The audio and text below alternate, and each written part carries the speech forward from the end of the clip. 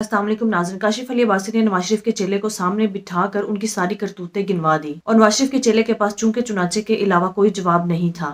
काशिफ अली अब्बासी ने इस सियासी दौर को बदतरीन दौर करार दे दिया। आइए पहले उनकी गुफ्तगू सुनते हैं, फिर इस पर बात करते हैं। मैं जरा एक पॉलिटिकल व्यू लेना चाहता हूं कि पॉलिटिशियंस जो देख रहे हैं इसको, इनकी नजर से भी क्या ये कभी गुजरा है? शेख साहब, मैंने आपसे एक और सवाल पूछना था जिसकी वजह से मैं आपकी एक और, आप एज अ पॉलिटिशियन, मैंने देखा आपको पिछले कुछ 4-5 इलेक्शन तो मैंने खुद देखा आपको लड़ते हुए 2, 8, 13, 18। ये बताएं कि आपने जो अब हो रहा है ये पहले कभी अपनी जिंदगी में देखा? नहीं काशिफ, मैं इस पे कोई ज्यादा तनकीद या किसी की मतलब बात नहीं करना चाहता, इसलिए कि मुनासिब नहीं है। लेकिन मेरा अपना जाती, अगर मुझसे आप ये सवाल पूछें तो मेरा अपना जाती ख्याल है कि मैंने जो पहला इलेक्शन लड़ा था वो लोकल गवर्नमेंट का 79 में, मेरे वालिद ने जो पहला इलेक्शन लड़ा था वो 1960 में लड़ा था, उसके बाद 70 वो चलता रहा ये।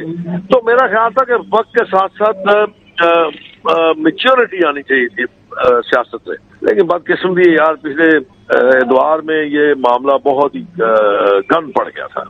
तो अब आपकी पार्टी तो बड़ी खुशी खुशी इसको कबूल कर रही है। मैं कहता आपकी पार्टी तो बड़ी खुशी खुशी कबूल कर रही है ना इस सारे गंद को, ना सिर्फ ये कि कबूल कर रही है बल्कि सर पिशावर हाईकोर्ट ने फैसला दिया कि बल्ला फिलहाल एक हुक्म इम्तना यानी स्टे ऑर्डर दे दिया बल्ले की खत्म, वो जो इलेक्शन कमीशन ने फैसला दिया।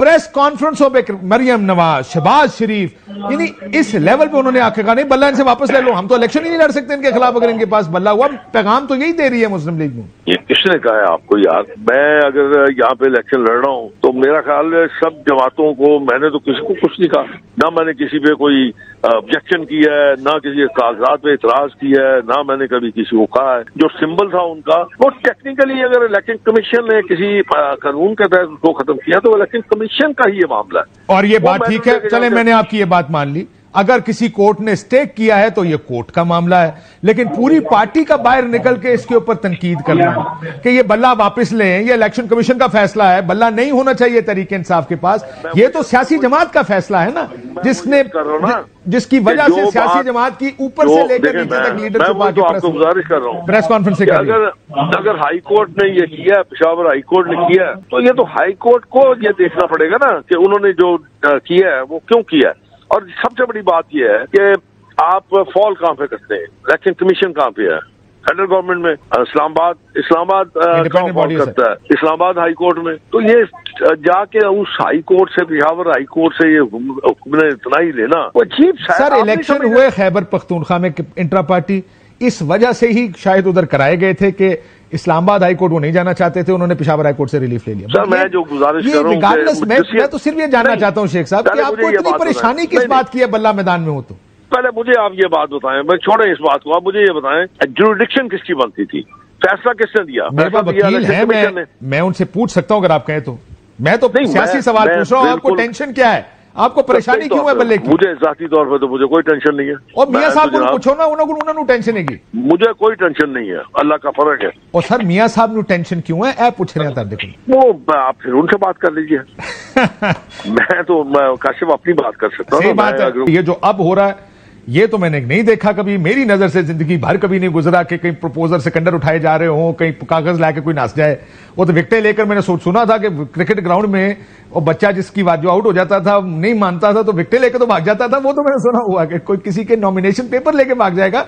ये मैंने बहुत जिंदगी में पहली दफा सुना। और जिस तरीके से ये जिस ब्लेटेंट तरीके से सारे कागजात नामजदगी मुस्तरद हुए, ये भी इट्स अ फर्स्ट। मैंने ये जरूर 2002 के, लेकिन वो जी दोस्त कह रहे हैं। देखिए हमारे पास दोस्त हैं, वो नाराज हो जाते हैं अगर हम कहें कि ऐसा पहले कभी नहीं हुआ। क्यों नहीं हुआ? हमेशा ऐसे ही होता है, जैसे कि हमें इसको कबूल कर लेना चाहिए कि पाकिस्तान का बस यही निज़ाम है। ऐसा नहीं है। देखिए हुई हैं धांधलियां पहले और बड़े पैमाने पर हुई हैं, लेकिन जो आज हम देख रहे हैं ऐसा कभी नहीं हुआ। सन 85 के बाद और 85 के इलेक्शन को मिलाकर हर इलेक्शन मेरा अपना देखा भाला है, उससे पहले मेरा मुतालिया है और बड़ों से गुफ्तगू है। मैं नहीं समझता कि इस किस्म की फिजा कभी भी पाकिस्तान की तारीख में बर्पा की गई है एक इलेक्शन से पहले, खा कोई कुछ भी कहे। और आपको ये लगता नहीं कि ये टेंशन सियासी जमातों को नहीं होनी चाहिए कि सिंबल क्यों वापस कर दिया गया? मैदान खोले, लड़े इलेक्शन सारे। मेरा नहीं ख्याल को मैटर करते ये चीजें, कहते हैं मैटर नहीं कर। लेकिन सलमान साहब नून की लीडरशिप को मैटर क्यों कर रही है सारी चीजें कि बल्ला वापस होना चाहिए, बल्ला रहना नहीं चाहिए, इलेक्शन कमीशन की स्पेस में किया है, हाई कोर्ट ने, और ये जुरिस्डिक्शन की बात उन्होंने की, पहले जुरिस्डिक्शन बता दीजिएगा, क्या पेशावर हाई कोर्ट की जुरिस्डिक्शन है? जी बिल्कुल है, ये हमारा मुसल्लम कानून है कि जब कोई ऐसा फैसला हो जिसका असर पूरे मुल्क पे हो तो सब हाई कोर्ट्स को जुरिस्डिक्शन है। सिंध हाई कोर्ट को भी है, लाहौर हाई कोर्ट को भी है, पेशावर, बलूचिस्तान और इस्लामाबाद सबको है। ये बिल्कुल एक मुसल्लम बात है। ये कहना गलत होगा कि पेशावर हाई कोर्ट सिर्फ पेशावर या सूबा खैबर पख्तूनख्वा की हद तक फैसला दे सकता है। इलेक्शन कमीशन के फैसले को कहीं भी कॉन्स्टिट्यूशनल जुरिस्डिक्शन में चैलेंज किया जा सकता है। दूसरी बात यह कि मसला क्यों है, मसला तो इसीलिए है कि इलेक्शन लड़ना मकसूद नहीं है, बस इक़्तिदार में आना मकसूद है। मकसूद ये है कि इलेक्शन का एक ढोंग रचाया जाए जिसमें जो आप बात कर रहे हैं, ना नॉमिनेशन दुरुस्त तरीके से हो, ना प्रपोजल। इलेक्शन का मतलब दो फरीक होते हैं, कैंपेन का मौका हो, दो या दो से ज्यादा। मेरा ख्याल है ये चाहते हैं ऐसी कल ही हो, कलियां हो जाए, सोनिया गलियां मिर्जा यार, बड़ा लग रहा है कि इसी तरह वो। और जिस तरीके से रिस्पॉन्स रिएक्शन आया ना पेशावर हाई कोर्ट पे, एक टाइमिंग होती है हर चीज की, को somebody wakes up early, somebody wakes up late। मैंने देखा एक सर्टेन टाइम पर सडनली शहबाज शरीफ, मरियम नवाज सब आने शुरू हो गए। इसका मतलब सारों को कहा गया जल्दी जल्दी बीटे करें जी, पेशावर हाई कोर्ट पे प्रेशर डालना है। कुछ ऐसे ही लगता है जी, बज़ाहिर ये बहुत ही अफसोसनाक बात है। कुछ हमारे निजाम पे कुछ पर्दा होता था, हम कहते थे कि नहीं कुछ ना कुछ निजाम है, बहरहाल है। अब तो हर चीज जो है वो मुनहदिम कर दी, नंगी हो गई ना। जैसे मैं शुरू में भी कह रहा था, निजाम में एक पर्दा होता था, वो पर्दे रहने चाहिए थे। हालात देखते हैं किस तरफ जाते हैं। अब सोचें कि इस सारे के बाद ये इलेक्शन का नतीजा कौन मानेगा। सो इलेक्शंस का मतलब सिर्फ वोटिंग नहीं, फ्री एंड फेयर इलेक्शंस है।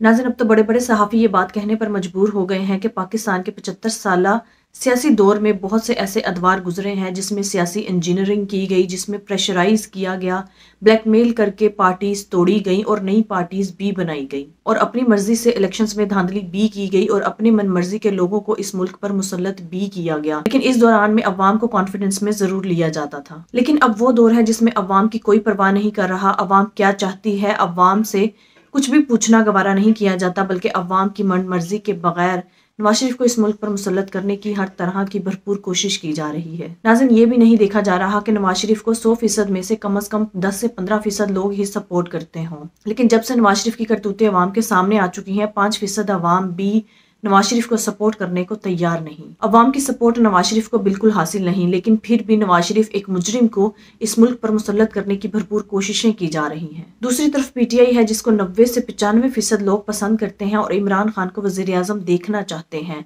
यानी कि उनका वोट बैंक इस वक्त पाकिस्तान में सबसे ज्यादा है। उनकी पाकिस्तान में मकबूलियत बहुत है लेकिन कबूलियत नहीं है, लिहाजा उनकी पार्टी को नुक्कर में लगाने के लिए और तोड़ने के लिए हर तरह की मुमकिन कोशिश की जा रही है। काशिफ अली अब्बासी के मुताबिक ये सियासी दौर पाकिस्तान की तारीख का बदतरीन दौर है। अगर इनकी बेशर्मी और जुटाई देखें तो किस तरह से नवाज शरीफ के चेले टीवी पर बैठकर भाषण देते हैं कि हम फ्री एंड फेयर इलेक्शंस चाहते हैं और हम अवाम में मकबूल हैं, जबकि अवाम इन्हें देखना तक नहीं चाहती। नाज़रीन, आपकी इस बारे में क्या राय है, कमेंट में जरूर बताइएगा। अगली वीडियो में मिलते हैं, तब तक के लिए अल्लाह हाफिज।